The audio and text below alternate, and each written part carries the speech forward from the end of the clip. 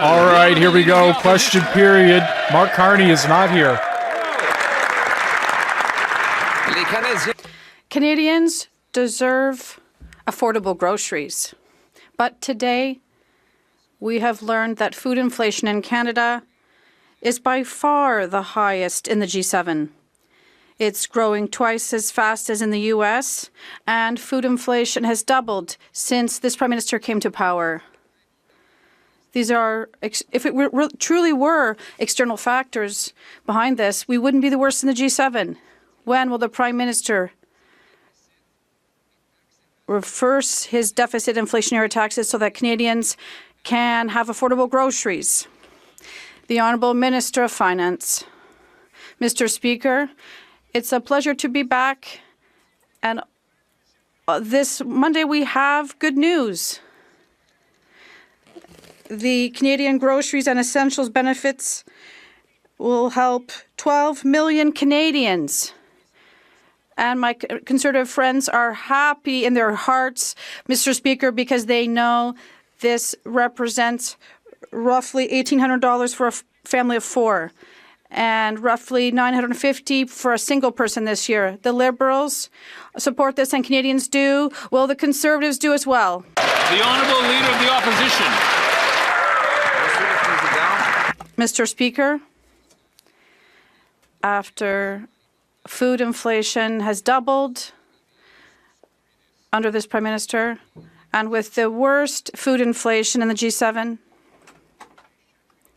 the checks that the Liberals are announcing today won't even pay for just one grocery shop. Yes, the reality is that the average family will have to spend $17,000 a year for grocery costs. When will the Prime Minister reverse his taxes and inflationary deficits so that Canadians can eat? The Honourable Government House Leader. Mr. Speaker, first and above all, we would like to all express our solidarity with the Leader of the Opposition in this decisive week for him. I am certain he'll be able to convince a majority of his constituents to support his leadership. Second, we welcomed his openness with respect to the legislative measures before this House. And there is a bill that is for the Prime Minister's plan for our economy to create jobs and opportunities in Canada. Can he give us a date when we'll be able to vote third reading of the Budget Implementation Act? Canadians deserve affordable groceries, but under this Prime Minister's watch, food price inflation is the highest in the G7. It's twice as high as in the States, twice as high as when he took office. He can't blame global factors when it's rising faster than any other G7 country. The real cause is his rising taxes on farmers. I'm going to allow the Honourable Leader of the Opposition to start that question over. I mean, we need guys. Start it over there. Start it over there.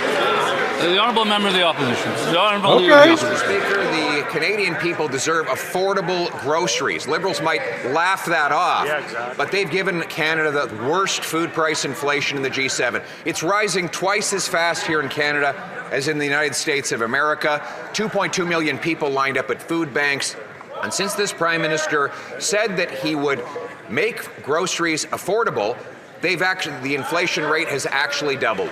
Will the Prime Minister finally reverse his inflationary deficits and taxes so Canadians can afford to eat? The Honourable Government House Leader. The Liberal chair allowing Pierre to start from the beginning. We certainly want to wish the Leader of the Opposition well in this very decisive and important week for him, and we know that he will have success at his party's convention. Best of luck. We're rooting for you. The Prime Minister's plan to grow our economy, to create $1 trillion in investment, and to protect our workers and our industries from trade threats is before this House, Bill C-15. Now, we take very, very well the Leader's openness on working with us on legislation. Can he give us a date, just a date, the next words out of his mouth, give us the date where we can have third reading on the BIA, Mr. Speaker?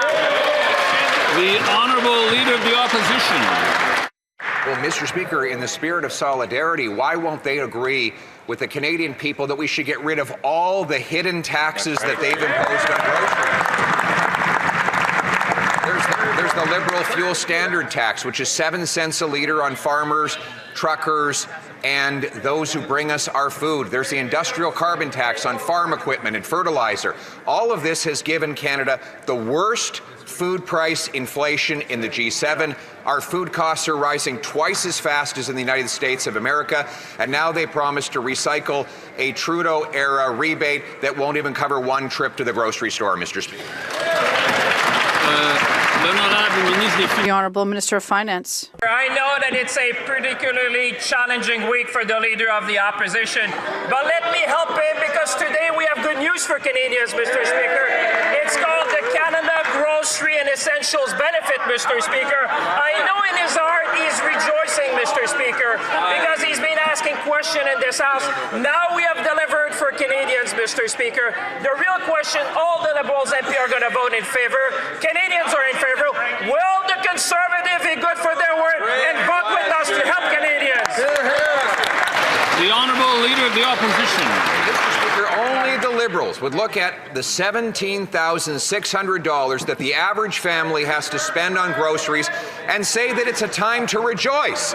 They say that Canadians should be grateful that to be lined up in record numbers at the food bank. They think Canadians should thank them for having the highest food inflation in the G7, twice as bad as the United States of America. They think that Canadians should give Liberals gratitude for having doubled food price inflation since this Prime Minister was elected, promising to be judged by the prices at the grocery store. Why won't they reverse their Liberal taxes and debt so we can... The Honourable Minister of Jobs and Family.